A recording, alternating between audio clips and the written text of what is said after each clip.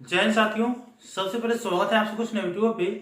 इसमें जो इन्फॉर्मेशन बता रहा हूँ डिग्री पार्ट 3 के जिस कैंडिडेट का रिजल्ट आया है या आने वाला है, आप लोगों के मार्कशीट पे कुछ चीज देखने को मिलता है। जैसे यूआर का मतलब क्या हुआ, उसके बाद कुछ ऐसे कैंडिडेट जिनके रिजल्ट रिमार्क में दिखाता है MWP 1 2 इस प्रकार से दिखाता है, उसका मतलब क्या हुआ। उसके बाद जो है ऑनर्स में पासिंग परसेंटेज कितना होता है पार्ट 3 में, क्योंकि आप लोगों के 400 का ऑनर्स हो जाता है। जीईएस में पास मार्क कितना चाहिए और इस बार जो पास किया गया है और कितने अंक पे कैंडिडेट को पास कर दिया गया है, मैं आप लोगों को लाइव प्रूफ भी दिखाऊंगा कि कितने अंक पर पास किया गया है। ठीक है, कुछ ऐसे कैंडिडेट है जिनका नंबर कम मिला है तो उनको अब क्या करना है। साथ में कुछ ऐसे कैंडिडेट है जिनका रिजल्ट अभी पेंडिंग बता रहा है तो उनको अब क्या करना है। तो वीडियो को शुरू से अंत तक देखिएगा। वीडियो अच्छा तो लाइक करके चैनल को सब्सक्राइब करके और उसे को ऑन करके जरूर रखिएगा ताकि इस तरह की वीडियो जब भी मैं अपलोड करूंगा तुरंत आपको नोटिफिकेशन पहुंच जाए। सबसे पहले आप लोग याद रखेंगे कि जिस भी कैंडिडेट के अंक कम मिला है रिजल्ट में, तो कम मिला है तो अब उसका कोई दूसरा उपाय भी नहीं है। आप चाहे तो स्क्रूटनी कर सकते हैं, लेकिन स्क्रूटनी से फायदा नहीं होता है। लेकिन जो आप लोगों को यूनिवर्सिटी का नियम है वो आप करके देख सकते हैं। एक पेपर का 150 रुपया लगता है। जिस कैंडिडेट का रिजल्ट पेंडिंग है तो हो सकता है कि आपके रिजल्ट स्टेटस में अभी MWP1 लगा हो या MWP2 लगा हो, इस प्रकार से होगा। और ये दर्शाता है कि आप पार्ट 1 में हो या पार्ट 2 में हो, किसी न किसी पेपर में आप फंसे हुए हैं, अर्थात आपका वो रिजल्ट जो है फंसा हुआ है या क्लियर हो गया है और आप अपडेट नहीं करवाए हैं। तो जिसका भी रिजल्ट पेंडिंग है और सभी पेपर क्लियर हो गया है तो वो यूनिवर्सिटी जाकर के इसको अपडेट कर ले ताकि आप लोगों की मार्कशीट जल्द से जल्द आ जाए। ठीक है, आप लोग याद रखेंगे। इसके बाद कुछ ऐसे कैंडिडेट है वो कह रहे हैं कि सर ऑनर्स में पासिंग परसेंटेज कितना होता है पार्ट 3 में। देखिए, पार्ट 3 में जो ऑनर्स होता है वो 400 का होता है। अगर आप लोगों के ऑनर्स में कोई प्रैक्टिकल सब्जेक्ट नहीं है तब आप लोगों को 400 का 45% निकाल लेना है। इस हिसाब से 180 मार्क हुआ। अगर आपके ऑनर्स में 180 मार्क मिल जाता है तब आप पास करार कर दिए जाते हैं। और यदि आपके ऑनर्स पेपर में प्रैक्टिकल एग्जाम है तो आप जितने पेपर का थ्योरी दिए है उनका 45% निकाल लीजिएगा और जितने 100 का प्रैक्टिकल दिए हैं उसका 45% निकाल लीजिएगा और दोनों के ऐड कर लीजिएगा जितना हुआ आप लोगों का ऑनर्स का अंक हुआ। ठीक है, तो वो चीज आप लोगों को पता ही है। अब इसमें क्या होगा कि कुछ कैंडिडेट के ऑनर्स में कुछ कम अंक मिला होगा, 45% से किसी एक पेपर में कम मिला होगा तो दूसरे पेपर जो होगा ना उसमें आप लोगों को ज्यादा अंक मिल गया होगा, तो इस कारण से आप लोगों को वो पेपर भी पास हो गया होगा। तो यह नहीं समझिएगा कि प्रत्येक पेपर में 45% अंक आना जरूरी है, ऐसा नहीं है। ठीक है, टोटल मिलाकर के 45% अंक आना जरूरी है, ये आप लोग याद रखेंगे। अब आता है जीईएस।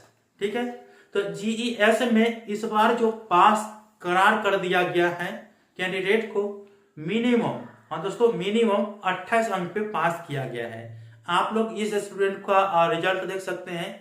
आप लोगों को जीएस में 28 अंक मिला है फिर भी ये पास है। ठीक है, ग्रेसिंग मार्क के साथ पास होगा, अंडर रेगुलेशन के तहत पास होगा। ठीक है, ये आप लोग याद रखेंगे। मिनिमम 33 अंक चाहिए था लेकिन इनको 28 अंक मिला है और इनको 5 नंबर का ग्रेसिंग मिला होगा, इस कारण से वो पास करार कर दिया गया है। ठीक है, अब देखिए, अब आप लोग कहिएगा कि यूआर का मतलब क्या होता है, तो भाई अंडर रेगुलेशन होता है। ठीक है, अंडर रेगुलेशन होता है। पार्ट 1 आप मैट्रिक में एग्जाम दिए होंगे तो उसमें भी अंडर रेगुलेशन लगता है। इंटर में एग्जाम दिए होंगे तो उसमें भी अंडर रेगुलेशन लगता है। कैसे, तो आप लोग याद रखेंगे। जैसे मैट्रिक में कोई कैंडिडेट 2-4 अंक से फेल होते हैं तो उनको स्टार दिया जाता है, तो वहीं अंडर रेगुलेशन के तहत स्टार अंक दिया जाता है और जितने अंक की जरूरत होता है उतने अंक दे करके उसको पास कर दिया जाता है। ठीक है, उसी प्रकार से इंटर में भी होता है, 1-2 नंबर या 5 नंबर से फेल होते रहता है तो उनको भी पास कर दिया जाता है स्टार मार्क के। ठीक है, और यह भी हो सकता है दोस्तों, देखिए जैसे फर्स्ट क्लास है ना तो एक अच्छा रैंक हो जाता है फर्स्ट क्लास। ठीक है, तो इंटर में हो या मैट्रिक में हो, फर्स्ट क्लास होने के लिए मैक्सिमम देखा गया है इंटर में, फर्स्ट क्लास होने के लिए अगर आपको कम से कम 5 या 4 नंबर की जरूरत होता है ना तो वहां पे भी अंडर रेगुलेशन काम करता है।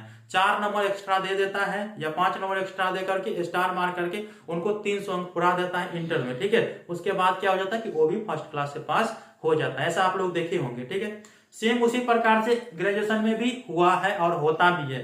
ठीक है, आप लोगों को ग्रेजुएशन में फर्स्ट क्लास होने के लिए ऑनर्स में 480 अंक की जरूरत होता है। ठीक है, और आप लोगों के ग्रेजुएशन में भी कुछ ऐसे कैंडिडेट का रिजल्ट देखने को मिला होगा जिनके ऑनर्स पेपर में 475, 476, 477, 478, 479 तक अंक मिला होगा, फिर भी उनको फर्स्ट क्लास दिखा रहा होगा। ठीक है, तो ये वही अंडर रेगुलेशन काम करता है कि आप लोग अगर 4-5 नंबर से फर्स्ट क्लास छूट जाते हैं या 2-3 नंबर से फर्स्ट क्लास या 1 नंबर से फर्स्ट क्लास छूट जाते हैं तो उनको अंडर रेगुलेशन के तहत वो नंबर डाल करके स्टार मार करके उसको फर्स्ट क्लास कर दिया जाता है।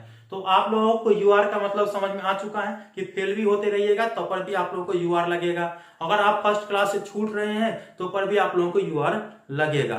तो अंडर रेगुलेशन के तहत ये होता है, इसमें आप लोगों को घबराने की कोई जरूरत नहीं है, आपको ये सपोर्टिंग अंक है। ठीक है, तो इससे आप लोगों को घबराना नहीं है, आप लोगों के लिए अच्छा ही है जो कि वो दिया गया है। ठीक है, नहीं तो कम नहीं देता यूआर तो हो सकता है कि जो फेल होने वाला होता है वो फेल हो जाता है, नहीं देता यूआर तो जो फर्स्ट क्लास होने के लायक होता है तो उनको फर्स्ट क्लास नहीं होता। तो ये आप लोग याद रखेंगे। ठीक है, अब हम बात कर लेते हैं जिस कैंडिडेट का रिजल्ट एब्सेंट कर दिया गया है। देखिए, अगर आप लोग परीक्षा दिए हैं और आप लोगों को एब्सेंट कर दिया है तो आप यूनिवर्सिटी में जाकर के एप्लीकेशन दें और एप्लीकेशन में बता दीजिए कि मैंने परीक्षा दिए थे और मुझे एब्सेंट कर दिया है, और आप लोग एडमिट कार्ड पे वो चीज अपना कॉपी नंबर तो लिखे ही होंगे, सब कुछ लिखे होंगे, तो एब्सेंट वाला रिजल्ट आप लोग का सुधार कर दिया जाएगा, इसके लिए कोई दिक्कत के सामना नहीं करना है। ठीक है, तो एब्सेंट जो भी कर दिया गया है जानबूझ करके तो आप लोगों का रिजल्ट सुधार हो जाएगा जो परीक्षा दिए हैं।